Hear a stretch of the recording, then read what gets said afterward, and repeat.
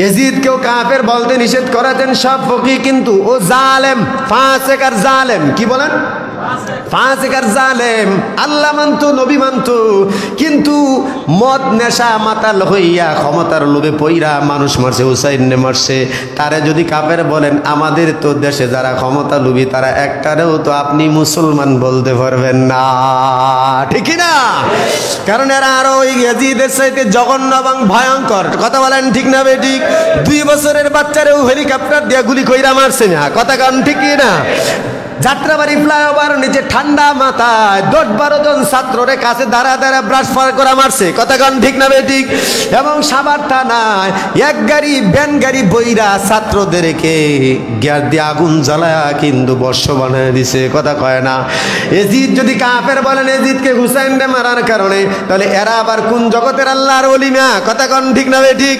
সুতরাং কাফের বলা যায় না, জালেম বলা যায়, ফাসিক বলা যায়।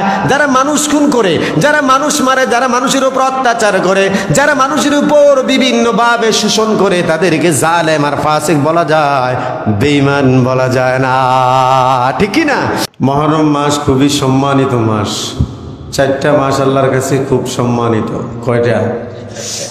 তার মধ্যে অন্যতম হলো মুহররম। আর মুহররমের মধ্যে মুহররমের 10 তারিখ আশুরা খুবই গুরুত্বপূর্ণ এবং ফজিলতপূর্ণ। রাসূল আরবি সাল্লাল্লাহু আলাইহি ওয়াসাল্লাম বলেন, রমজানের রোজার পরে সব থেকে ফজিলতপূর্ণ রোজা হলো মুহররমের রোজা। রমজানের রোজার পর সব থেকে দামি এবং ফজিলতপূর্ণ রোজা হলো মুহররমের রোজা। এবং রাসূল আরেক হাদিসে বলেন, আমার ধারণা আল্লাহ পাক আশুরার রোজা রাখার কারণে পিছনের 1 বছরের গুনাহ মাফ করে দিবে।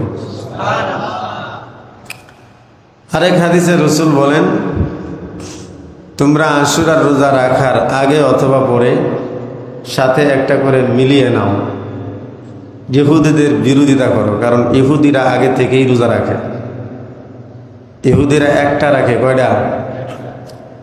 এজন্য তোমরা 2টা রাখো। রাসূল বলেন,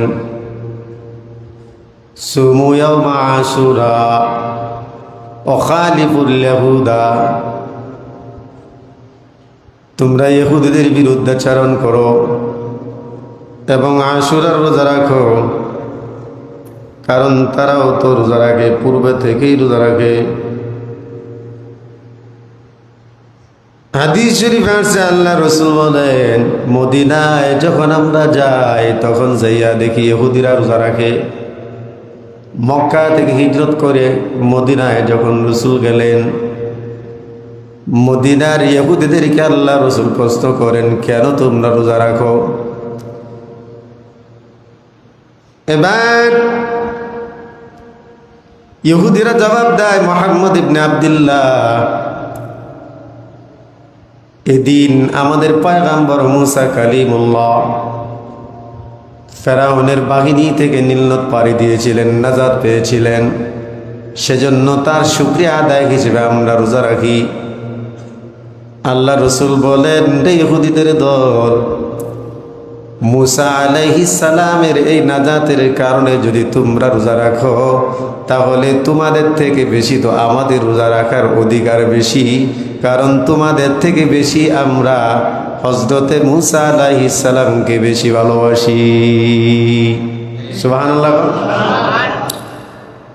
কারণ তোমরা তোমাদের কিতাবকে রদবদল করেছো, পরিবর্তন করেছো, তোমরা তোমার নবীদের সাথে গাদ্দারি করেছো। আমরা মুসা আলাইহিস সালামকে বড় ভালোবাসি। লা নুফাররিকু বাইনা হাদিম মির রাসূলি, আমরা কোনো রসুলদের মধ্যে বিভেদ করি না, পার্থক্য করি না। কিন্তু তোমরা তোমাদের রসুল নিয়ে অনেক গাদ্দারি করছো। এজন্য রসুল সাহাবায়ে কেরামকে বলেন, তোমরা ইহুদিদের বিরুদ্ধে গিয়া 2টা রোজা রাখবা, একটা হয়তো আগে মিলিয়ে নিবা, অন্যথায় পরের দিন একটা রোজা মিলিয়ে নিবা। ফায়দা হলো, আল্লাহ রসুল বলেন, এই আশুরা রোজা রাখার পর আল্লাহ তাআলা পিছনের জিন্দেগির 1 বছরের গুনাহ মাফ করিয়া দেয়।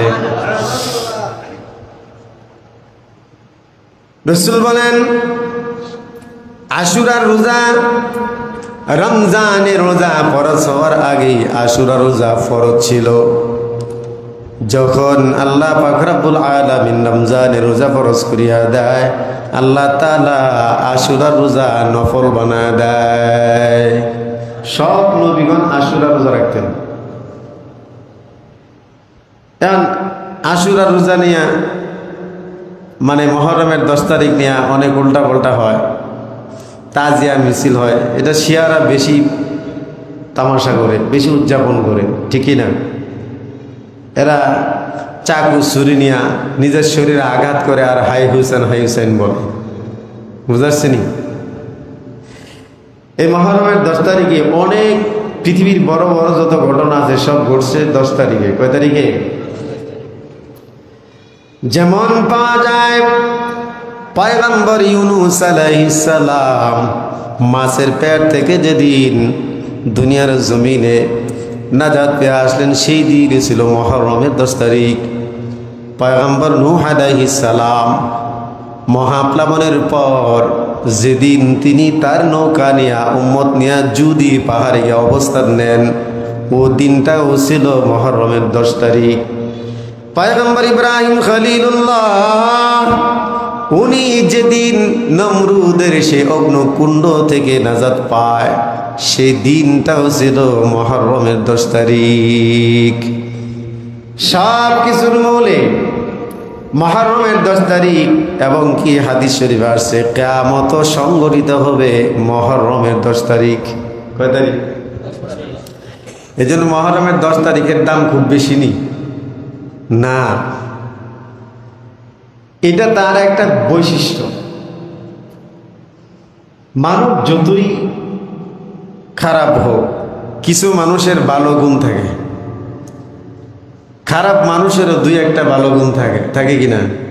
ভালো মানুষেরও 2-1টা অপছন্দনীয় গুণ থাকে। কথা বলেন না কেন? ভালো মানুষেরও কি থাকে? 2-1টা অপছন্দনীয় বিষয় থাকে। খারাপ মানুষেরও 2-1টা ভালো বিষয় থাকে।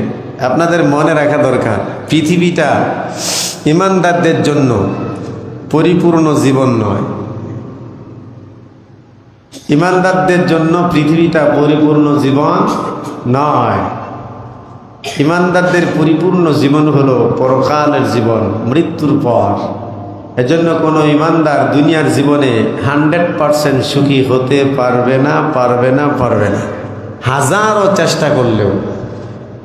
একেবারে যদি আপনি সর্বোচ্চ চেষ্টা করেন যে একদম ওলি আল্লাহ দরবেশ হয়ে যাবেন, তারপরেও এই জীবনে কোনো না কোনো দিক দিয়ে আল্লাহ পাক আপনাকে এমন কষ্টে মুসিবতে ফেলাইবেন যা আপনি অপরাধী না, তারপরেও এমন একটা মুসিবতে আল্লাহ ফেলাইবেন যেন আল্লাহকে আরো বেশি বেশি ডাকেন। সুবহানাল্লাহ। রাসূল বলেন কিছু কিছু বান্দাদেরকে আল্লাহ পাক এমন ভাবে ইচ্ছা করিয়া এই বিপদে ফেলায় দেয়, যদিও সে অপরাধী না, গুনাহগার না।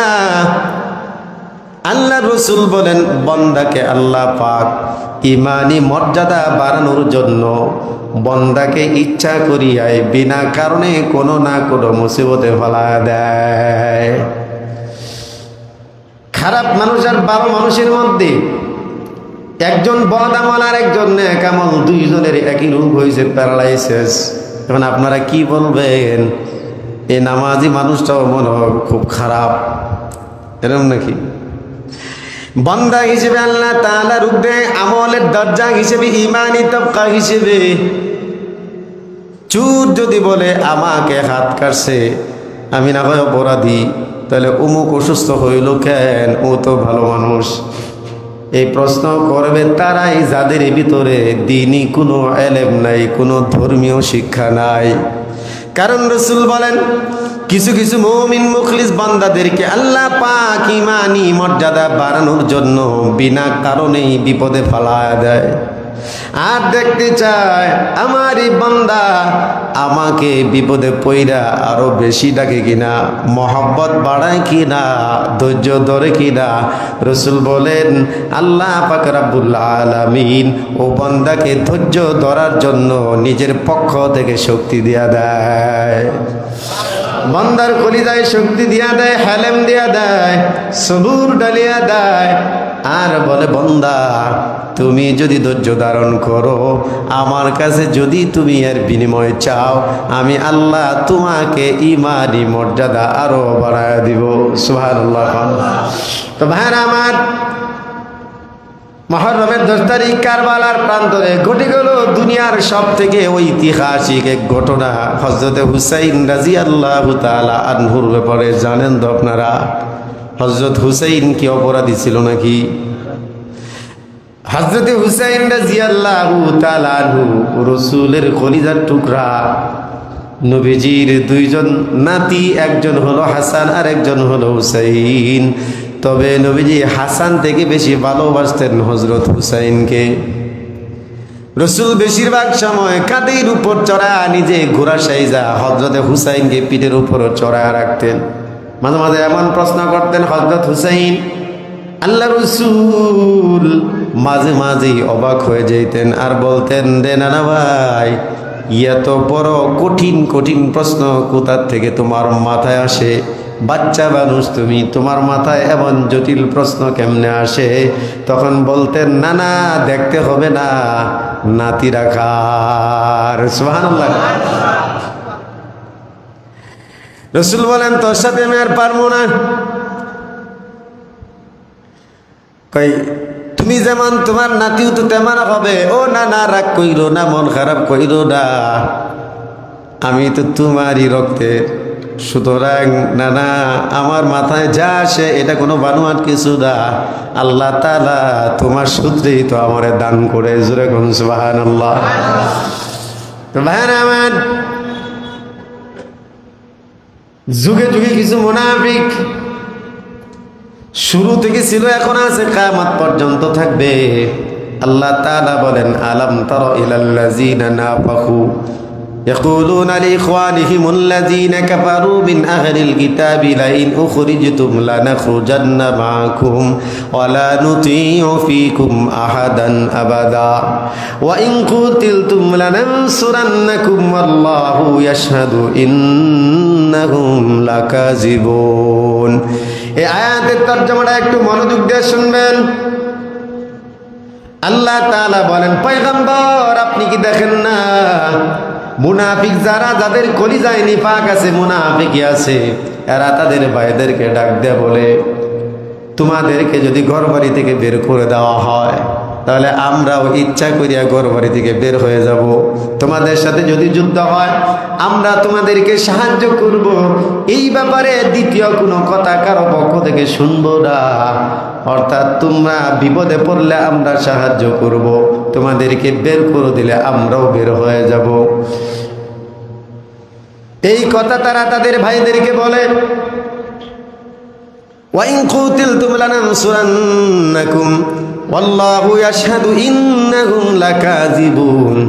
আল্লাহ তাআলা বলেন, আমি আল্লাহ সাক্ষী দেই এরা আসলেই বড় মিথ্যাবাদী। আসলে কি কথা কয় না? দেখবেন বাংলাদেশে একেবারে ঐক্য হয়ে যায়, তারপরও পিছে হটিয়া যায়। কথা কন না কেন? একসাথে সব উলামায়ে কেরাম সব দল হয়ে যায়, কিন্তু ঠিক একেবারে যখন মূল ফিনিশ হয়ে যাবে এর আগেই কিন্তু দেখবেন ঐক্য ভেঙে যায়। কথা কয় না? রাসূলের দরবারে মুনাফিকের সর্দার উহুদের ময়দানে যখন যুদ্ধ শুরু হয়ে যাবে, আল্লাহ রাসূল 1000 বাহিনী নিয়ে উহুদের ময়দানে রওনা দিলেন। কেউ বলেছেন 3000। এর মধ্যেই 300 ছিল মুনাফিক। কয়শো? 300 ছিল মুনাফিক। 1000-এর মধ্যে 300 সংখ্যায় কিন্তু কম না, মোটামুটি একটা বড় সংখ্যা সেনা দলের জন্য। ঠিক না বে ঠিক হন? আল্লাহ রসুল বড় খুশি হইলেন, 1000 বাহিনী নিয়ে যদি এবার যুদ্ধ করা যায়, অন্তত সংখ্যার দিক দিয়ে তো আমরা দুর্বল না। কিন্তু মুনাফিকরা করল কি দেখেন, উহুদের প্রান্তরে যাওয়ার কিছু আগেই মুনাফিকের সর্দার আল্লাহ রসুলকে বলেন, রসুল আপনি সামনে যাইতে থাকেন, আমরা আসতেছি। অথচ মসজিদে নবীর মধ্যে বসে আল্লাহ রসুলের হাতে বায়াত হয়েছে, তওবা করছে, কসম খাইছে, রসুল গো আপনারে ছাইরা কোনোদিন যাব না, আপনার শরীরে আজ পড়তে দেব না, আপনার শরীরে কোনো মশামাছি পড়তে দিব না, আঘাত যদি আসে বুক পাতিয়া আপনার আঘাত সব আমরা হজম করব নবী, আমাদের জীবন থাকতে আপনারে কেউ কোনোদিন আক্রমণ করতে পারবে না। এমন মসজিদে নববীর মধ্যে রসুলের হাতে হাত রেখে বায়াত হওয়ার পর যখন উহুদের প্রান্তরে যায়, ঠিক কিছু আগ মুহূর্তেই মুনাফিকের সর্দার তার বাহিনীরে ডাক দেয়া কয়, এরা বাহিরাগত, এরা বহিরাগত, এরা মক্কা থেকে আসছে, এরা মিসকিন, মক্কা থেকে আসছে, ঘরবাড়ি ছেড়ে এরা অসহায় মিসকিন, এদের কোনো ঘরবাড়ি না, এরা উদ্বাস্তুর মতো, যাযাবরের মতো। আমরা মদিনার স্থায়ী বাসিন্দা, স্থায়ী বাসিন্দাদের একটা দেমাগ আছে না, অহংকার আছে না, এই কথা কন না কেন? কিছু চাল টাল না থাক কিন্তু একটা দেমাগ থাকে। এই মুনাফিকরা ডাক দেয়া কয়, এই মদিনার লোকেরা কান খুলে শুনো, এই যে মুহাম্মদের দল, এরা মক্কা থেকে আসছে বিতাড়িত হইয়া, ঘর বাড়ি ছাড়া, এদের কোনো সম্পদ নাই, এরা গরিব মিসকিন এতিম অনাথ, এদের কেউ নাই, এরা অসহায়, এরা উদ্বাস্তুর মতো, শুধু শুধু তাদের পক্ষে যাইয়া আমরা কেন জান দিব? আমাদের এখানে চিরকাল বসতি ভিটা, আমাদের বাপ দাদা সবাই এখানে ছিল, ভবিষ্যতেও আমরা থাকতে হইবে। মুহাম্মদ যদি পরাজয় বরণ করে তাহলে কিন্তু তার কোনো অস্তিত্ব থাকবে না। সুতরাং আমরা মদিনা ছাইরা কোথাও যাইতে পারবো না। এজন্য চলো আমরা ভাগিয়া যাই। শুধু শুধু মদিনার মানুষদের সাথে যুদ্ধ কইরা দ্বন্দ্বে জড়া আত্মীয় স্বজনের বিরুদ্ধে যাইয়া কোনো লাভ নাই। মুহাম্মদ আর তার বাহিনীর জন্য, এরকম গরিবদের জন্য আমাদের জান কুরবানি দেওয়ার কোনো প্রশ্নই আসে না। জোরে কন্যা আউযুবিল্লাহ। 300 বাহিনী নিয়ে মুনাফিকের সর্দার পিছন থেকে ভাগিয়া গেল। রসুল পিছনের দিকে তাকানোর পর রসুল মনে বড় কষ্ট পাইলেন, আঘাত পাইলেন। 1000 থেকে 300 চলিয়া গেলে 3 ভাগের 1 ভাগই তো নাই, ঠিক না বেটি খান? মনে বড় আঘাত পাইলেন। এই হলো মুনাফিকদের খাসলত, মুনাফিকের স্বভাব। আল্লাহ তাআলা বলেন, আলাম তারা ইলাল্লাযিনা নাফাকু, আপনি কি দেখেন না যাদের কলিজায় নিফাক, আপনি কি দেখেন না যাদের কলিজার মধ্যে মুনাফিকি বসবাস করে? তারা কি বলে, লা ইন উখরিজতুম লানাখরুজান্না মাকুম, তোমাদেরকে যদি বের করে দেওয়া হয় আমরাও বের হয়ে যাব, তোমাদেরকে যদি যুদ্ধ করা হয় আমরা তোমাদেরকে সাহায্য করব। এই ব্যাপারে দ্বিতীয় পক্ষের কোনো কথা শুনবো না। আল্লাহ তাআলা তাদের এই গুমর ফাঁস করে দিলেন। আল্লাহু ইয়াশহাদু ইন্নাহুম লাকাযিবুন, এরা সত্যই মিথ্যাবাদী। নবীদের কথা আপনি বিশ্বাস করবেন না, আমি আল্লাহ সাক্ষী দেই এরা মিথ্যাবাদী। এরা কি? মিথ্যাবাদী। হযরতে হুসাইন রাদিয়াল্লাহু তাআলা আনহুর সাথে মুনাফিকের দল গাদ্দারি কইরা কারবালার প্রান্তরে ইমাম হুসাইনকে সহ 72 জন নবী পরিবারের সদস্যদেরকে শহীদ করে দিছে, ঠিক না বেটি খান? আল্লাহ রাসূলের নাতি ইমাম হুসাইন যে তাকরা জওয়ান, যেই হুসাইন যুদ্ধের ময়দানে যখন ঝাঁপায় পড়তেন, ওনার তরবারির সামনে হাজার হাজার বেঈমান পর্যন্ত দাঁড়ানোর সাহস পাইত না। কিন্তু এই শয়তানের দল বিভিন্ন প্রলোভনে পালায়া কয়েকশো চিঠি দিয়া, এজিদের এক সেনাপতি নাম ছিল, তার নাম আব্দুল্লাহ ইবনে জিয়াদ, যার এক সন্তান হযরত আবু সুফিয়ান রাদিয়াল্লাহু তাআলা আনহু নিজেই বলেন, একজন হযরত আলীকে বলতেছেন, আলী রে, এই যে এই আব্দুল্লাহ ইবনে জিয়াদ যুদ্ধের সেনাপতি, হযরত হুসাইনকে মারার আগে, ইয়াজিদের বাহিনীতে ঢোকার আগে আব্দুল্লাহ ইবনে জিয়াদ বড় ভালো সেনাপতি ছিল, যেখানে যুদ্ধে যাইতো জয়লাভ করত। একদিন যুদ্ধের এমন বাপ তার বিশ্বর্য দেখিয়া হযরত আবু সুফিয়ান নিজেই বলেন, আলী রে, চিননি এ আব্দুল্লাহ ইবনে জিয়াদকে? কয় না চাচা চিনি না তো, এ তো চিনি আব্দুল্লাহ ইবনে জিয়াদ। তার বাপ কে জানো? কয় এটা তো জানি না। হযরত আবু সুফিয়ান বলেন, আমি যখন মুশরিক ছিলাম, আমি যখন বেঈমান ছিলাম, তখন সিরিয়ায় যখন ব্যবসার জন্য হিজরত করতে যাই, ব্যবসার কাজে যখন সিরিয়ায় যাই, তখন সাময়িক সময়ের জন্য এখানে অবস্থান করি, আর তার মার সাথে আমার জিনা হয়। ওই জিনার সন্তান হলো আব্দুল্লাহ ইবনে জিয়াদ। ইমাম আবু হানিফা বলেন, কোন আলেমকে গালিগালাজ করতে পারে না কোন বৈধ সন্তান। বুঝেন নাই? বুঝেন নাই? ইমামে আজম আবু হানিফা বলেন, কোন আলেমকে গালিগালাজ দিতে পারে না কোন বৈধ সন্তান। সমাজের মধ্যে অনেক সন্তান এমন আছে, মা বাবার পরিচয় আছে, কিন্তু মা বাবার 14 বছর আগে তালাক হয়ে গেছে, সন্তান হয়েছে অবৈধ, শরীয়তের দৃষ্টিতে অবৈধ। যার সন্তান কিন্তু সমাজের মধ্যে পিতৃ পরিচয় আছে, কিন্তু আল্লাহর আদালতে তার পিতৃ পরিচয় নাই। কথা কয় না? রাসূল হাদিসের মধ্যে বলেন, কিয়ামতের আগে দুনিয়ার জমিনটা অবৈধ সন্তানে ভরে যাবে। এর মতলবই না শুধু ব্যবসারাই পতিতারাই অবৈধ সন্তান জন্ম দেয়। মাত্র বলো রাসূলের হাদিস থেকে পাওয়া যায়, অনেক সংসার এমন হবে, স্বামী স্ত্রী দ্বন্দ্ব লাগছে, ঝগড়া লাগছে, ছাড়াছাড়ি হয়ে গেছে, তালাক হয়ে গেছে, কিন্তু কিছুদিন যাওয়ার পর আবার মিলজুল হয়ে গেছে। কথা কন ঠিক না ঠিক?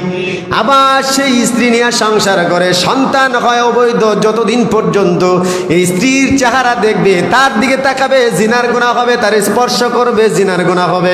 হাসরের ময়দানে এরা জিনাকার আর জিনাকারিনী হিসেবে দাঁড়াবে, সন্তানগুলো অবৈধ সন্তান হিসেবে দাঁড়াবে।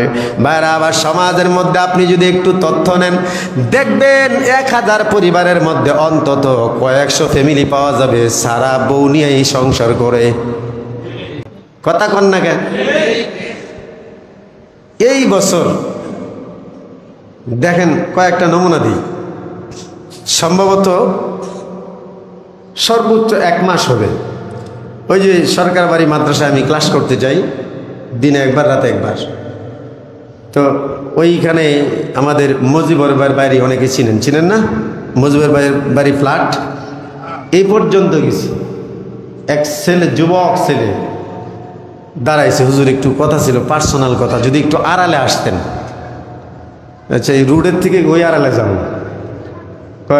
একটু সাইডে আসেন। তারপরে এই কলোনির মাঠের কোনাত একটু নামলাম, বললাম বলো তোমার কি সমস্যা? হুজুর আমার মনে হয় আমার বিয়েটা বৈধ না।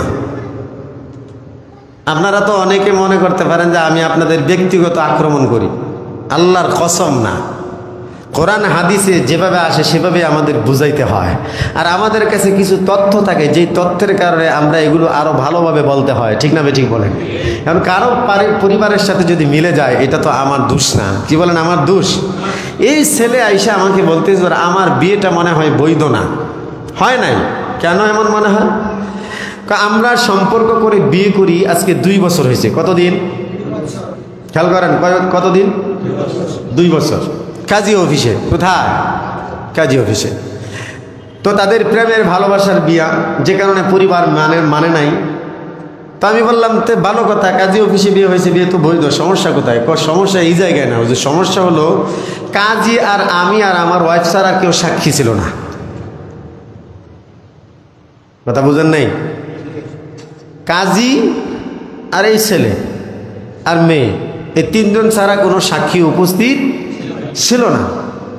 তো যখন জিজ্ঞেস করছি কাজীরে, কাজী বলছে অসুবিধা নাই, হয়ে যাবে, ওটা আমি সাক্ষী বসায় নেব খাতায়। কি বলছে? সাক্ষীর নাম খাতায় বসায় নেবে, পরে কি করবে? সাইন দিয়ে নেবে। ধরেন তার বন্ধু বান্ধব, কিন্তু বিয়ে হয়েছে? কথা কয় না, বিয়ে হয়েছে? সাক্ষী উপস্থিত থাকতে হবে। কি থাকতে হবে? জোরে বলেন, জোরে বলেন। 2 জন পুরুষ। কয়জন পুরুষ? ভালো করে বুঝেন। বিয়ে শুদ্ধ হওয়ার জন্য শরীয়তের মধ্যে এটা সকলেই একমত, সব ইমাম একমত, 2 জন বালেগ, সুস্থ, বিবেকবান, স্বাধীন পুরুষ 2 জন উপস্থিত থাকা লাগবে। আর যদি পুরুষ একজন হয়, তাহলে বালেগা 2 জন নারী, সুস্থ এবং স্বাধীন 2 জন নারী, একজন পুরুষের বদলি 2 জন নারী। তার মানে এক পুরুষ দুই নারী, এই সাক্ষী ছাড়া জীবনেও বিয়ে শুদ্ধ হবে না। তা আমি বললাম তুমি 2 বছর পরে মনে হলো কেন? হুজুর আপনার বিছানে নামাজ পড়ি তো জুমার দিন, আরও অনেকের ওয়াজ শুনে মনে হয়েছে যে আমার বিয়ে হয়েছে না। তো এখন কি করা যায়? এখন যা করছো তো করছোই, সন্তান আছে, কয় না হুজুর সন্তান নেই, যা করছো তো করছোই, নতুন করে বিয়ে পড়ায় নাও। আপনারা কি বলেন? নতুন করে বিয়ে পড়ায় নাও। হুজুর শরম লজ্জার কথা, 2 বছর সংসার করছি, এখন কেমনে বিয়ে পড়াই?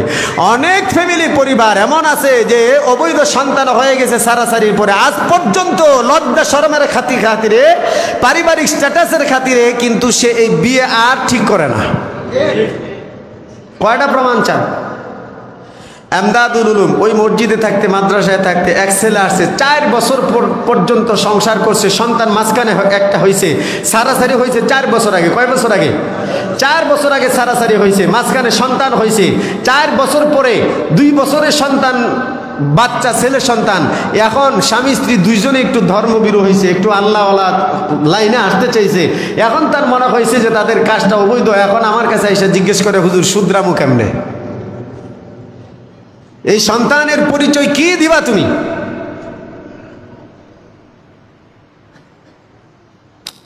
তো এই হলো সমাজের অবস্থা।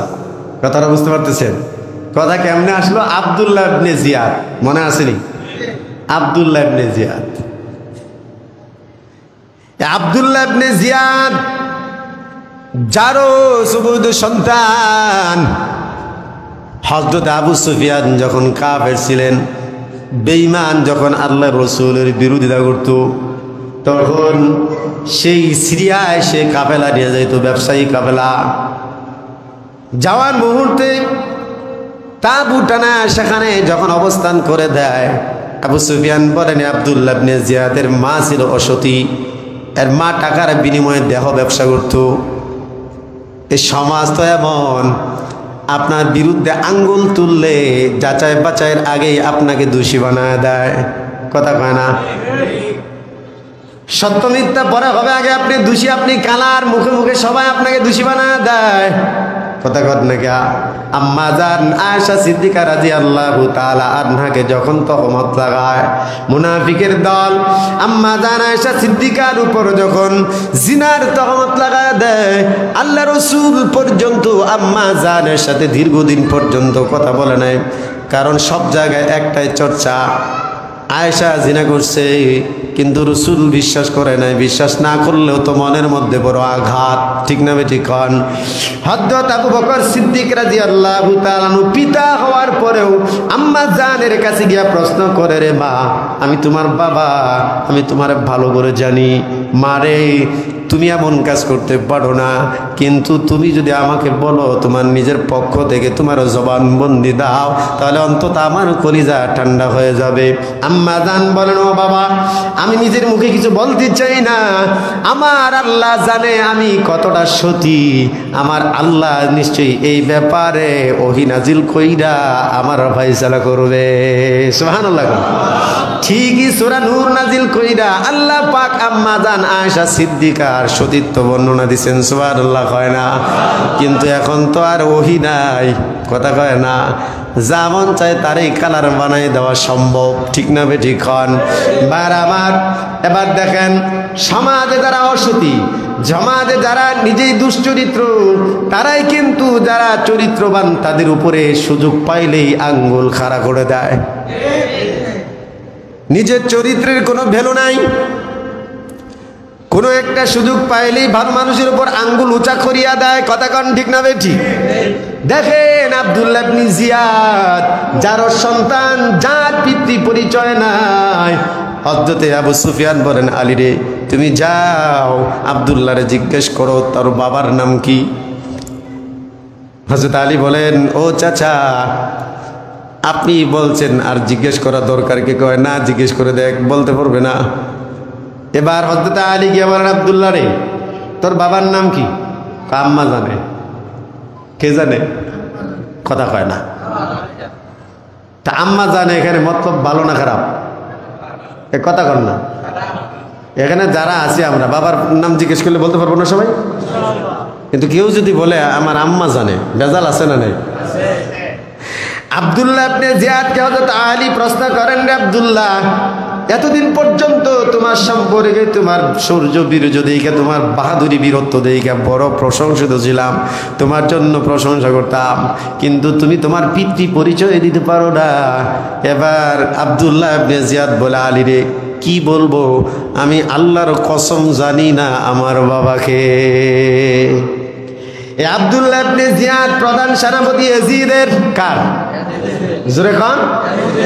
আপনারা বিশ্বাস শুনতে পড়ে থাকবেন শহীদে কারবালা, দাস্তানে কারবালা, বাজারে চটি বয়ে পাওয়া যায় কারবালার হাজার হাজার মিথ্যা কথা লাগানো আছে, কথা কয় না। তারিখ ইবনে খালদুন দেওবন্দ থেকে ছাপানো হয়েছে, অর্ধেক ফার্সি অর্ধেক উর্দু ভাষায় লিখিত বিশ্ব স্বীকৃত একটা ঐতিহাসিক কিতাব, যার মধ্যে বেঈমানদেরও জমান মন্দে আছে কারবালার ইতিহাস। ইয়ার থেকে ভালো কোনো কিতাবে আমি আর খুঁজে পাই নাই। এর মধ্যে লেখা আব্দুল্লাহ ইবনে জিয়াদ ইয়াজিদ যখন দেখলো হযরতে হুসাইনের সাথে আর কোলানো সম্ভব না, হুসাইনের জনপ্রিয়তার ধারে কাছে ইয়াজিদের জনপ্রিয়তা নাই। ইয়াজিদও খুব খারাপ ছিল, বিষয়টা এমন না, মদ খাঞ্জা খাইতো, বিষয়টা আসলে এমন না। হযরত মুআবিয়া রাদিয়াল্লাহু তাআলা যতদিন জীবিত ছিলেন ততদিন পর্যন্ত ইয়াজিদ বিভিন্ন জায়গায় বিভিন্ন দেশে যুদ্ধ জিহাদ করছে, সেনাপতি ছিল, সৎ ছিল, নিষ্ঠাবান ছিল, ভালো ছিল। এজন্য মুআবিয়া তার যে পরিষদ ছিল, পরামর্শ বৈঠক, তাদের সাথে পরামর্শ কইরা ইয়াজিদকে সে কিন্তু খলিফা নিয়োগ করিয়া দেয়। কিন্তু যখনই খলিফা হয়ে গেছে ইয়াজিদ হয়ে গেছে উল্টা পাল্টা, কারণ ক্ষমতার চার একবার মজা পালায় সে মানুষ খুন করতেও কিন্তু দ্বিধাদ্বন্দ্ব করে না, ঠিক কি না? ক্ষমতার চার এমন, এই চারের লোভে মানুষকে পাখির মতো গুলি কইরাও মারতে দ্বিধাবোধ করে না, কথা কত না কা? ইয়াজিদও ঠিক তেমন, যখন সে সেনাপতি ছিল, ভালো ছিল, আমল ভালো ছিল, ক্ষমতার চারে যখন বসছে তখন কিন্তু উন্মাদ হয়ে গেছে, নেশাখোর হয়ে গেছে। মদিনায় আক্রমণ করিয়া মদিনায় তার বাহিনী দিয়া সতী নারীদের চরিত্র লুণ্ঠন করাইছে, ঘর বাড়ি জ্বালায় দিছে, হুসাইনের পক্ষের লোকদেরকে আক্রমণ কইরা মদিনা থেকে বিতাড়িত করার জন্য চেষ্টা করছে, নেতৃত্ব দিয়েছে আব্দুল্লাহ ইবনে জিয়াদ। তো ভাইরা আমার, কয়েকশো চিঠি পাঠাইছে হযরতে হুসাইনের কাছে, কিন্তু হযরত হুসাইন যখন আব্দুল্লাহ ইবনে উমরের সাথে পরামর্শ করেন, আব্দুল্লাহ ইবনে জুবাইরের সাথে পরামর্শ করেন, আব্দুল্লাহ ইবনে জুবাইর, আব্দুল্লাহ ইবনে উমর বড় বিচক্ষণ, আব্দুল্লাহ ইবনে মাসউদ ডাক দিয়ে বলে, হুসাইন ভাই, আপনি আমার বন্ধু, সমবয়সী মানুষ, একসাথে কত লড়াই করেছি, হযরতে উসমানের যুগে আফ্রিকার সেই মহারাজার বিরুদ্ধে যুদ্ধ করি 1 লাখ বাহিনীর বিরুদ্ধে জয়লাভ করছি, আমরা একসাথে লড়াই করছি ভাই, আপনি জানেন না ইরাকের কুফার মানুষের কিন্তু ওয়াফা নাই। কুফার মানুষের কি নাই? ওয়াফা নাই। ওয়াফা বুঝেন? ওয়াদা পূরণ করা। ওয়াফা অর্থ কি? ওয়াদা। রাসূল বলেন, আর কারীব ইজা ওয়াদা ওয়াফা। রাসূল বলেন, সম্মানিত ভদ্র ব্যক্তি সেই যে ওয়াদা পূরণ করে। সুবহানাল্লাহ খান। রাসূলের এক হাদিসে বলেন, লা ঈমান লিমান লা আহদালা, যে বান্দা ওয়াদার খেলাফ করে তার ঈমান নাই। হযরত আব্দুল্লাহ ইবনে মাসউদ সহ আব্দুল্লাহ ইবনে জুবায়ের, আব্দুল্লাহ ইবনে আব্বাস, আব্দুল্লাহ ইবনে উমর, এই বড় বড় সাহাবীগুলো পরামর্শ দেয়, হুসাইন অনুরোধ করি ভাই যাও না, কারণ ওই যে দেখা যায় তোমার বাবার সাথেও বেঈমানি করেছে কুফার মানুষেরা, তোমার বাবার সাথে গাদ্দারি করছে, ফজর নামাজের ইমামতি কালে তোমার বাবারে খঞ্জর মাইরা আহত করছে, ওই আঘাতেই জর্জরিত হইয়া দুনিয়া থেকে বিদায় হয়েছে। এই মানুষগুলোর কিন্তু কোনো নীতি নাই, ওয়াদা খেলাপ করে যায় না ভাই। আমাদের তো মনে হয় তোমার সাথেও গাদ্দারি করবে, চিঠি দিয়া নিয়া তোমারে কিন্তু হত্যা করে ফেলবে। হযরত হুসাইন বলেন, ও ভাইরা আমার, কি বলো তোমরা, এত চিঠি দিছে তারা, ইয়াজিদের নেতৃত্ব মানে না, কারণ তারা আমাদেরকে মানে, নবী পরিবারের সদস্যদেরকে মানে। এখানে খুব বিচক্ষণতার পরিচয় দিয়েছেন হযরতে হাসান। সুবহানাল্লাহ। হযরতে হাসান হযরত আলী আর মুয়াবিয়ার এই খলিফার দ্বন্দ্ব নিয়ে দীর্ঘকাল পর্যন্ত লড়াই চলছে, অনেক সাহাবী পর্যন্ত শহীদ হয়ে গেছে, শেষ পর্যন্ত কোরআন দিয়ে সমাধান করছে। হযরত আলী বলেন, মুয়াবিয়া আপনি সিরিয়ায় চলে যান, আমি রইলাম এই ইরাকের মধ্যে, আমি ইরাকের মধ্যে খেলাফত প্রতিষ্ঠা করব, আপনি শাম আর সিরিয়ায় গিয়া খেলাফত প্রতিষ্ঠা করেন, দ্বন্দ্বে জড়ানোর দরকার নাই। সমাধান হয়ে গেল। হযরতে আলী রাদিয়াল্লাহু তাআলা আনহুকে মারার পর হযরতে হুসাইন হলেন কিছুদিনের জন্য খলিফা। আলী স্থলাভিষিক্ত হলেন হযরতে হাসান, যেহেতু বড়, কিন্তু হযরতে হাসান এগুলো থেকে দূরে থাকতে চাইছিলেন। অনেকেই কিন্তু রাজনীতির থেকে একটু দূরে থাকে, ঠিক না ভাই, ঠিক বলেন? হযরতে হাসান বলেন, আমি চাই না এই সমস্ত রাজনৈতিক বিষয়ে আমি মাথা ঘামাইতে, আমি চাই না, আমি বুঝিও না, সুতরাং আমি আমার এই খেলাফতের দায়িত্ব ছেড়ে দিলাম, আমার এই দায়িত্বের জায়গায় হযরত মুয়াবিয়ার কাছে সারেন্ডার করলাম। তখনও মুয়াবিয়া জীবিত। হযরত মুয়াবিয়া একজন কাতিবে ওহী, রাসূলের কোরআন নাজিল হওয়ার পর যারা লিখতো 9 জনের মধ্যে একজন হলো হযরত মুয়াবিয়া। সুবহানাল্লাহ কোন কাতিবে ওহী যাদেরকে বলা হয়, হযরত মুয়াবিয়া রাদিয়াল্লাহু তাআলা আনহু হলেন একজন কাতিবে ওহী। জিবরিল আমিন ওহী নিয়ে আসলে রাসূল যাদেরকে লেখক বানাইছেন তার মধ্যে একজন হলো অন্যতম হযরত মুয়াবিয়া। কত মুসলমান না জানার কারণে মুয়াবিয়াকে গালি দেয়, কথা কোন ঠিক না বেঠিক? আল্লাহর কসম, মুয়াবিয়ার যাররা পরিমাণ দোষ নাই। দূর যদি করে থাকে তাহলে তা হলো ইয়াজিদের। কাট জোরে কোন? হযরত মুয়াবিয়াকে কেউ যদি গালি দেয় তাহলে কিন্তু নিজের আমল বরবাদ হয়ে যাবে। রাসূল বলেন, আসহাবি কান নুজুম ফাবিআইহিম ইকতাদাইতুম ইহতাদাইতুম। রাসূল বলেন, আমার এক একজন সাহাবী আকাশের তারকার মতো। আকাশের ওই তারকা কোটি কোটি মাইল থেকে যেমন উজ্জ্বল চমকায়, তোমরা যেমন রাস্তা খুঁজে পাও, আমার একজন সাহাবীকেও যদি অনুসরণ করো তাহলে তুমি কিন্তু হেদায়েত পাইয়া জান্নাত পর্যন্ত যাইতে পারবে। এজন্য বিনা কারণে হযরতে মুয়াবিয়াকে কখনো গালি দেওয়া যাবে না, দোষারোপ করা যাবে না। মন থাকবে? কথা কয় না, মন থাকবে? ইয়াজিদকেও কাফের বলতে নিষেধ করেছেন সব ফকিহ, কিন্তু ও জালেম, ফাসিক আর জালেম। কি বলেন? ফাসিক আর জালেম। আল্লাহ মানতো, নবী মানতো, কিন্তু মদ নেশা মাতাল হইয়া ক্ষমতার লোভে পইরা মানুষ মারছে, হুসাইনে মারছে। তারে যদি কাফের বলেন, আমাদের তো দেশে যারা ক্ষমতা লোভী তারা একটারেও তো আপনি মুসলমান বলতে পারবেন না, ঠিক না? কারণ এরা আরো ওই ইয়াজিদের চাইতে জঘন্য এবং ভয়ঙ্কর। কথা বলেন ঠিক না বেঠিক? 2 বছরের বাচ্চারেও হেলিকপ্টার দিয়ে গুলি কইরা মারছে না, কথা কারণ ঠিক না?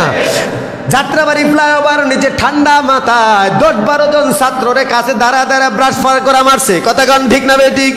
এবং সাভার থানায় এক গাড়ি ভ্যান গাড়ি বইরা ছাত্রদেরকে গ্যাস দিয়ে আগুন জ্বালায়া কিন্তু বর্ষ বানায় দিছে, কথা কয় না? এজিদ যদি কাফের বলেন এজিদকে হুসাইনরে মারার কারণে, তাহলে এরা আবার কোন জগতের আল্লাহর ওলি না, কথা কন ঠিক না বেঠিক? সুতরাং কাফের বলা যায় না, জালেম বলা যায়, ফাসিক বলা যায়। যারা মানুষ খুন করে, যারা মানুষ মারে, যারা মানুষের উপর অত্যাচার করে, যারা মানুষের উপর বিভিন্নভাবে শোষণ করে, তাদেরকে জালেম আর ফাসিক বলা যায়, বেঈমান বলা যায় না, ঠিক কি না? হযরত হুসাইন বলতেছেন, হযরত হাসান যখন মুয়াবিয়ার কাছে খেলাফত দেয়া দিলেন, চিঠি লিখলেন, হযরত মুয়াবিয়া আপনি আমার বাবার সহযোগী ছিলেন, রাসূলের এত বড় সাহাবী ছিলেন, আপনার সাথে আমি এই সমস্ত কাজে দ্বন্দ্বে যেতে চাই না, আমি খেলাফতের পদ থেকে ইস্তফা দিলাম, আপনি এখন মুসলিম জাহানের পুরা একজন খলিফা। কারণ মুসলিম জাহানে 2 জন খলিফা থাকা সমীচীন নয়, কারণ রাসূলও ছিল একা, আবু বকর ছিল একা, উমর ছিল একা, উসমান ছিল একা। এজন্য আমি চাই না পৃথিবীতে মানুষে মুসলমানরা দ্বন্দ্বে জড়ায় পড়ুক যে 2 জায়গায় 2 জন খলিফা। আমি আল্লাহর ওয়াস্তে আমি আমার পদ থেকে ইস্তফা দিলাম, এখন থেকে মুসলিম জাহানের খলিফা আপনি একা, হযরত মুয়াবিয়া। সুবহানাল্লাহ পড়েন। তো এখানে তো মোটামুটি সমাধান হয়ে গেছে, তাই না? কিন্তু যখন হযরত মুয়াবিয়া মারা যায় তখন ইয়াজিদকে খলিফা বানানোর কারণে মুসলমানদের মধ্যে দ্বন্দ্ব দেখা দেয়। ইরাকের যারা হযরত আলীকে পছন্দ করতেন, হযরত হাসানকে পছন্দ করতেন, তারা চিঠি লিখলেন হযরত হাসানের কাছে। হযরত হাসান ছিলেন মদিনায়। কোথায়? মদিনায় ছিলেন। ওখানে চিঠি লিখলেন, 1টা 2টা নয়, কেউ বলেছেন 300 কত চিঠি লিখছেন। মানে আবেগী যত ভাষা আছে, বুঝেন নাই? আবেগ দিয়া যত প্রকারের দরকার এমন ইমোশনাল চিঠি লিখছেন হযরত হাসান হুসাইনের কাছে যে আপনি আসেন। হযরত হুসাইন আর কারো পরামর্শ না মাইনে চলে গেলেন। তারপরে ঘটনা মোটামুটি আপনারা জানেন। কিন্তু বিষয়টা হচ্ছে এজিদ হযরতে হুসাইনকে মারার জন্য আদেশ করে নাই। সঠিক ইতিহাসটা জানেন। হযরত হুসাইনের ব্যাপারে এজিদ বলেছিল, মুসলিম জাহানে দুইজন খলিফা থাকার রেওয়াজ নাই। হুসাইন নবী পরিবারের সন্তান, আমি চাই না হুসাইনের সাথে দ্বন্দ্বে জড়াইতে। হুসাইনকে জিন্দা আমার কাছে সসম্মানে নিয়ে আসবা, আমি তার সাথে একটা সলা পরামর্শ করে একটা সিদ্ধান্তে যাব, হয়তো সেই খলিফা থাকবে, নয়তো আমি থাকবো। আমি চাই না, আমার বাবা ছিল তার নানার ঘনিষ্ঠ সাহাবী, তার বাবা ছিল আমার বাবার বন্ধু, আমি এটা দ্বন্দ্বে যেতে চাই না। তোমরা এক কাজ করো, হুসাইনকে তার পরিবার সহ জীবিত আমার দরবারে নিয়ে আসবা সসম্মানে। কথা বুঝতেছেন আপনারা? বিশ্বাস সিন্ধু আর দাস্তানে কারবালা পইরা যাকে ইচ্ছা তাকে তেমন জালেম কাফের বেঈমান বানায় আমাদের মুসলমানরা বড় ভুলের মধ্যে আছে। কথা কোন ঠিক না বেটি? তখন এই শয়তান আব্দুল্লাহ ইবনে জিয়াদ কয়, হায় হায় রে, এজিদও বুঝলো না, এখন যদি হুসাইনকে নিয়ে যায় তাহলে সমাধান হয়ে যাবে। কি হয়ে যাবে? সমাধান হয়ে যাবে। তাহলে আমাদের মাতব্বরি আর থাকবে না। যুগে যুগে কিছু এমন মুনাফিক ক্ষমতার বেড়াজালে আছে না নাই? এই কথা কোন আছে না নাই? যখনই দেশে কোনো সমাধান হতে চায়, মাঝখানে তৃতীয় নাম্বার একটা মুনাফিক মার্কা দল ঢুইকা আবার অশান্তি সৃষ্টি করে কি করে না? কথা কোন ঠিক না? এই শয়তান হলো আব্দুল্লাহ ইবনে জিয়াদ। তার বাহিনীকে নির্দেশ দিয়েছে, এই কথা কখনো মানা যাবে না, এটা মানা যাবে না। হুসাইন আমাদের থেকে বয়সে কত ছোট, খলিফা হয়ে যাবে, এটা মানা সম্ভব না। এরা ঘেরাও করো, কারবালার প্রান্তরে এই দাজলার ফুরাত নদীর কিনারায় পানি বন্ধ করে দাও, তাহলে দুর্বল হয়ে যাবে। এখানে দুইটা গ্রুপ ছিল। দেখেন কিছু কিছু মানুষ আছে শেষ বয়সে এইসব হলেও কিন্তু হেদায়েত পায়, ঠিক না ঠিক বলেন? কিছু লোক যখন হযরত হুসাইনকে পানি বন্ধ করতে আসছে, এর মধ্যে সামনের ভাগে যে কিছু মুসলমান ছিল, হযরত হুসাইন একটা ইমোশনাল কথা বললেন, দেখো তোমরা আমার নবীর, আমার নানার হাতে বায়াত হওয়া সাহাবী, আমার নানা আমাকে কি পরিমাণ ভালোবাসতেন তোমরা জানো। আমি কি এমন অপরাধ করলাম যে তোমরা দাওয়াত দেয় না আমাকে হত্যা করতে চাইতেছো পরিবার সহ? আমাকে যদি তোমরা মারতে চাও মারো, আমার পরিবার, শিশু, নাবালেক সন্তান, এরা কি ক্ষতি করছে? আর এই কথাকে একবার চিন্তা করো না, মুসলমান পরিচয় হাসরের মাঠে আমার নানার সামনে কেমনে দাঁড়ায় মুখ দেখাইবা? যখন এই কথা বলছে, একটা সংখ্যা এখান থেকে আইসা হযরত হুসাইনের পাশে চলে আসে, সুবহানাল্লাহ বলেন। আর বাকি কিছু লোক আছে না, ওই যে খাতামাল্লাহু আলা কুলুবিহিম, যাদের কলিজায় আল্লাহ হেদায়েতের তো দূরের কথা গুমরাহির পাথর মেরে দিছে, মোহর মেরে দিছে, যাদেরকে স্বয়ং রাসূলও হেদায়েত করতে পারে নাই, ঠিক না ঠিক বলেন? এরা অটল অবিচল রইল। ডাক দেয়া কয়, হুসাইন তোমার ইমোশনালি কথা আমাদেরকে ওয়াজে আমাকে দুর্বল বানাইতে পারতা না। কিছু মানুষ আছে না, যতই ওয়াজ করেন হুজুর আছে না নাই? তো এই কইতেছে এইটা ওয়াজে কাজ হইতো না। হযরত হুসাইন বললেন, ঠিক আছে আমার জন্য না হয় আমার দুধের বাচ্চা আলী আসগরের জন্য একটু পানি দাও। অসম্ভব। আলী আসগরকে নিয়ে যখন পানির জন্য কিনারায় গেছে, তখন তীর মেরে হযরত আলী আসগরকেও শহীদ করে দেওয়া হয়েছে। হযরত হুসাইন, এরা বলছে আপনি পানি পান করতে পারেন কিন্তু আর কাউকে দেব না। মতলব বুঝছেন, যে তোকে কষ্ট দিয়ে মারবো, পরিবারকে কষ্ট দিলেই তো তুই কষ্ট পাবি। কত বড় জালেম দেখছেন?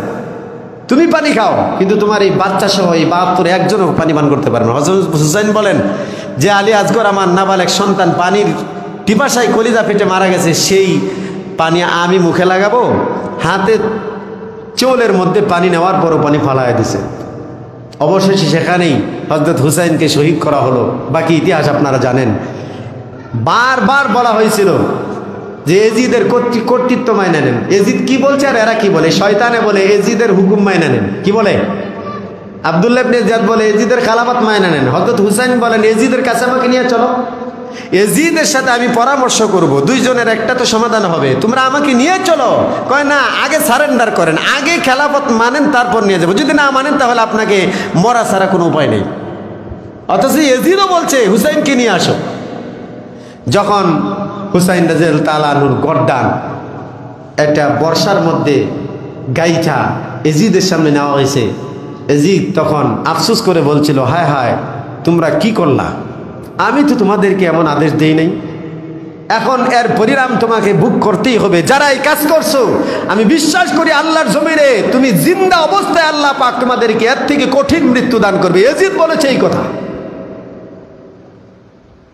জীবিত ছাড়া যারা ছিল তাদের সাথে খুব ভালো ব্যবহার করেছে ইয়াজিদ। এই আব্দুল্লাহ ইবনে জিয়াদ, ওখানে যারা জীবিত ছিল হযরতে হুসাইনের পক্ষে কিছু লোক বলছিলাম না যে চলে আসছিল, এরা যারা জীবিত ছিল এর মধ্যে একজন, নামটা এই মুহূর্তে বলে গেছি, তিনি বলেন আমি শেষ পর্যন্ত গুনে গুনে রাখছিলাম যারা নবী পরিবারের উপর হামলা করেছিল, আমি সবাইকে নাম মুখস্থ করে বলতে পারবো। আব্দুল্লাহ ইবনে জিয়াদকে ইয়াজিদের ক্ষমতা যাওয়ার পর, নতুন খলিফা আসার পর একটা তালিকা করা হয়েছে নবী পরিবারের উপর কারা কারা হামলা করেছে। প্রত্যেকটা তালিকা করে খুঁজে খুঁজে কুকুরের মতো দৌড়া রাস্তায় পিড়ে হত্যা করা হয়েছে সব কয়টারে। সুতরাং জালেম কোনোদিন মুক্তি পায় না। কথা বলেন ঠিক কি না? আজ না হোক কাল বাংলার জমির এই জালেমদেরকে বিচার হবেই হবে হবে। তখন হয় নাই তো কি হয়েছে? এই মুমিন বলেন, আমি দেখেছি আব্দুল্লাহ ইবনে জিয়াদকে রাস্তার মধ্যে কুকুরের মতো পিটায়া মারতে মারতে হেসরায়া গলায় ফাঁসি লাগায়া সবাইকে দেখাইছে। আর সবাই বলছে এই নবী পরিবারের দুশ্মন হুসাইনকে মেরেছে এ, সীমারের মাধ্যমে হুসাইনের কল্লা কাটাইছিল এ। এটাকে আর না কল্লা আবার কাটছে, কাইটা যখন টেবিলের উপরে রাখা হয়েছে তিনি নিজেই বলেন আমি দেখেছি নিজে বিশাল বড় মাপের একটা বিষাক্ত সাপ, জিন্দেগিতে এমন সাপ দেখিনি, জনমে এমন সাপ দেখি নাই, যে সাপের নামও জানি না, কেউ কালারও দেখি নাই কোনোদিন। এমন একটা সাপ আচমকা আইসা এর নাক দিয়া ঢুকছে, দুইকা গিয়া মুখ দিয়ে বের হয়েছে। বারবার এমন দেখেছি আমরা। আর সবাই লানত দিছে থুতু মারছে। তো ভাইরা আমার, হযরত হুসাইন কারবালার ময়দানে শহীদ হয়েছিল হকের উপর অটল থাইকা, ঠিক না ঠিক বলেন? কিসের উপরে? হকের উপর অটল থাইকা বলেছিল তোমরা ইয়াজিদের কাছে নিয়ে যাও, আমার বিশ্বাস ইয়াজিদের সাথে আমার একটা সমঝোতা হবে। কারণ জানেন যে মুআবিয়ার সন্তান, ঠিক না ঠিক বলেন? মুআবিয়ার আলী ছিল ঘনিষ্ঠ বন্ধু। এমনকি হযরত মুআবিয়াকে হযরত মুআবিয়া একদিন বলতেছেন, ফজরের নামাজের পর রাসূলের অনুসরণ করতেন, বলতেছেন ভাইরা আমার, আলী আমার থেকে অনেক দূরে ইরাকে থাকে, আলীর জন্য আমার মন খুব পুড়ে, আমার বন্ধু কলিজার বন্ধু আলীর কিছু গুণাগুণ গাও। আমরা অনেক সময় করি না যে ভাই আমার বন্ধুটার কথা বলে গেছে, ভাইয়ের কিছু স্মৃতিচারণ করো। যখন এই কথা বলছে, এই মুনাফিক একটা দাঁড়ায় বলছে যে আলীর জন্য এত কিছু হইলো, আপনি সেই আলী দুশ্মনের কথা আপনি শুনতে চান?